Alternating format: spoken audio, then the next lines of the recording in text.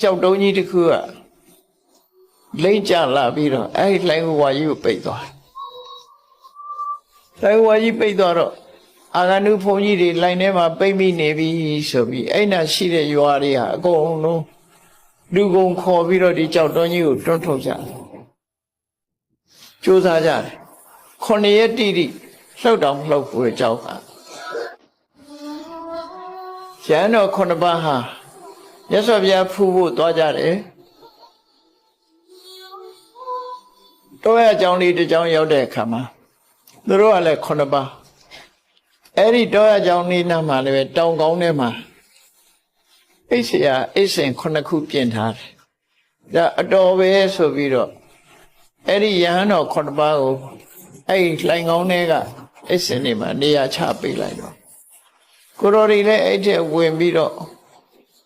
လှိုင်ကူထဲလည်းရောက်ရောတောင်ပေါ်ကကြောက်တုံးကြီးတစ်ခုကလိမ့်ကြလာပြီးတော့အဲ့ဒီလှိုင်ကူဝါကြီးကိုပိတ်သွားလှိုင်ဝါကြီးပိတ်သွားတော့အာဂန္တုဘုန်းကြီးတွေလှိုင်ထဲမှာပိတ်မိနေပြီဆိုပြီးအဲ့နာရှိတဲ့ရွာတွေဟာအကုန်လုံး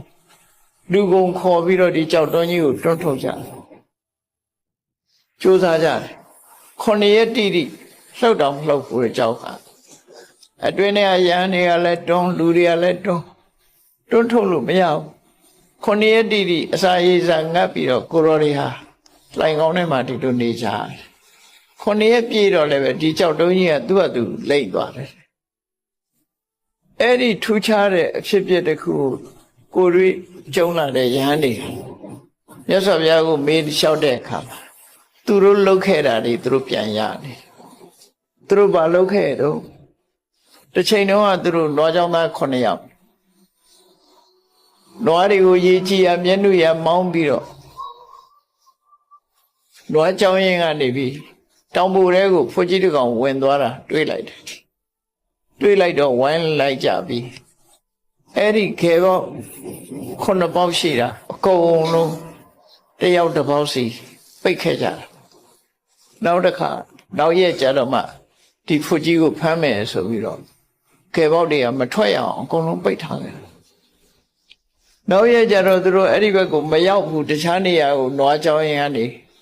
9 ရက်ပြည့်တဲ့အခါမှာပြန်ပြီးတော့အဲ့ဒီနေရာရောက်လာတဲ့အခါတတိယလို့အဲ့ဒီခေဘောကဆုတ်ထားခဲ့တာတွေဖွင့်လိုက်တဲ့အခါမှာအစာပြတ်ရေငတ်နေတဲ့ဖွကြီးကတုံတုံချီချီနဲ့တောင်ပေါ်ထဲကထွက်လာတော့တနာပြီးဖွကြီးကိုမတတ်လိုက်ကြဘူး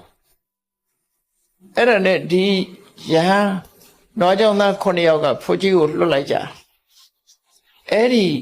ဘဝတုန်းကဖုတ်ကို9 ရက်တိတိပိတ်ဆို့ခဲ့တဲ့အကုသိုလ်ကံကသူတို့စီလိုက်လာတယ်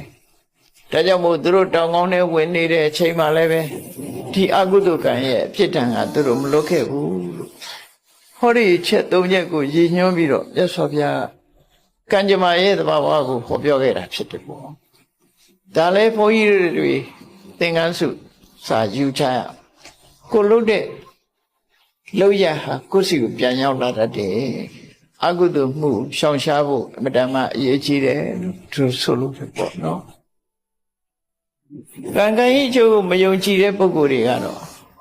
ဒါကိုခေါင်းထဲမှာစဉ်းစားမှာမဟုတ်ဘူးသို့တော့ကိုလှုပ်တဲ့အပြစ်ဒဏ်ဟာကိုယ်စီကိုပြန်လာတတ်တယ်ဆိုတာဒါ reaction ရဲ့သဘောတရားအရဖြစ်ကိုဖြစ်လာတတ်တယ်ပေါ့ဒါကိုမြတ်စွာဘုရားကအကုသိုလ်ကံကရှောင်ဖို့တိုက်တွန်းနှိုးဆော်လို့တဲ့အနေနဲ့ဒီသင်္ကန်းစာကိုပေးပြီးတော့ဒီဒေသနာတော်ကိုဟောပြောတာ